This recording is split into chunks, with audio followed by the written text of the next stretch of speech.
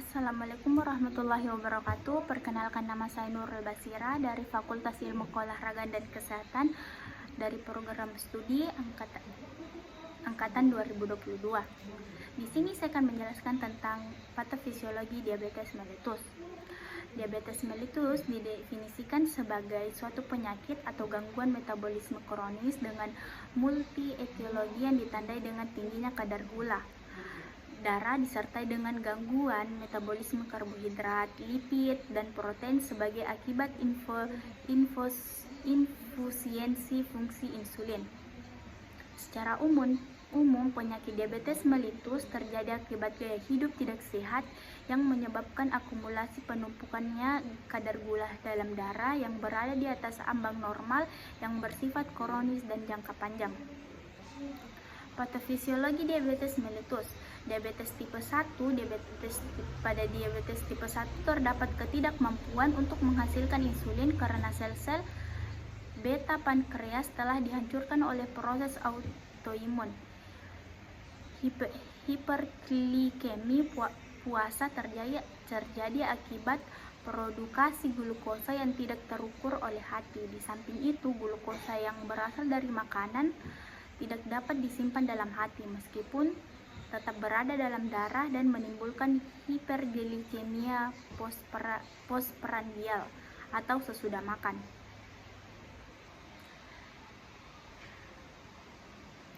Jika konsentrasi glukosa dalam darah cukup tinggi, maka ginjal tidak dapat menyerap kembali semua glukosa yang tersaing keluar. Akibatnya, glukosa tersebut muncul dalam urin atau glukosuria.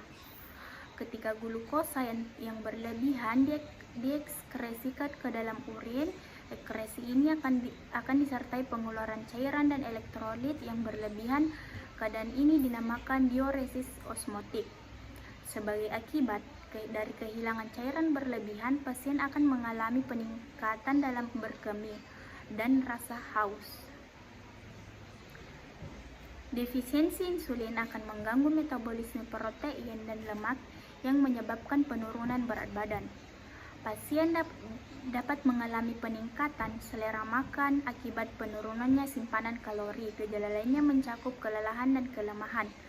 Dalam keadaan normal, insulin mengendalikan gliconeolysis atau pemecahan glukosa yang disimpan, dan glucogenesis atau pembentukan glukosa baru dari asam-asam amino dan substansi lain.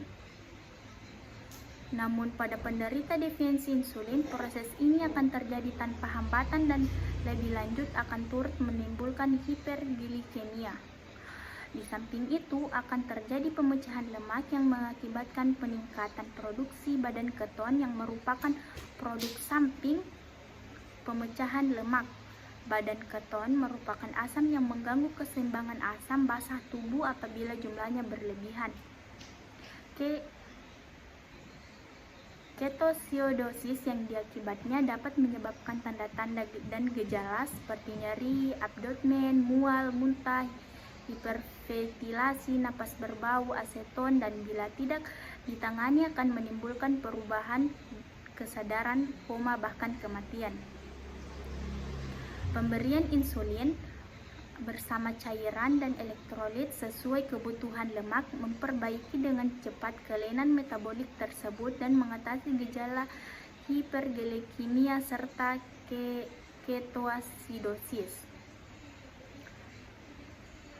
Patofisiologi diabetes mellitus tipe 2. Pada diabetes tipe 2 terdapat dua masalah utama yang berhubungan dengan insulin, yaitu resistensi insulin dan gangguan sekresi insulin.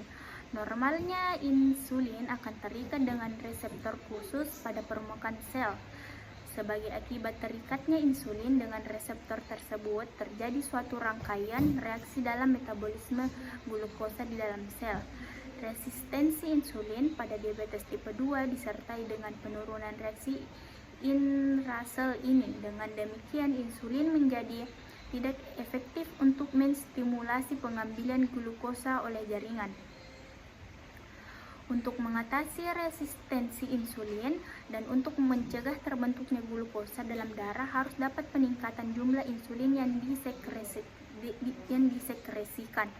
Pada penderita toleransi glukosa terganggu, keadaan ini terjadi akibat sekresi insulin yang berlebihan dan kadar glukosa akan dipertahankan pada tingkat yang normal atau sedikit meningkat.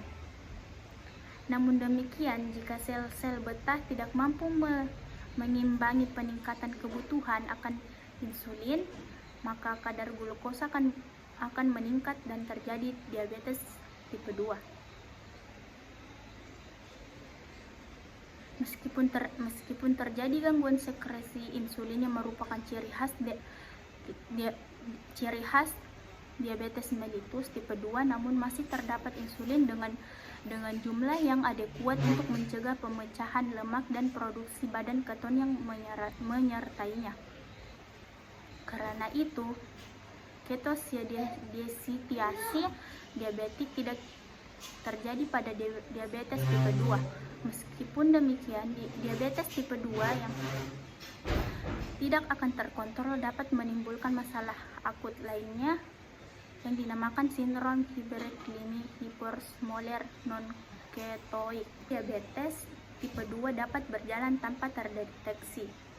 Jika gejalanya dialami pasien, gejala tersebut sering bersifat ringan dan dapat mencakup kelelahan, iritabilitas, poliuria, polidipsi, luka pada kulit yang lama sembuh, infeksi vagina atau pandangan yang kabur, atau jika kadar glukosanya sangat tinggi.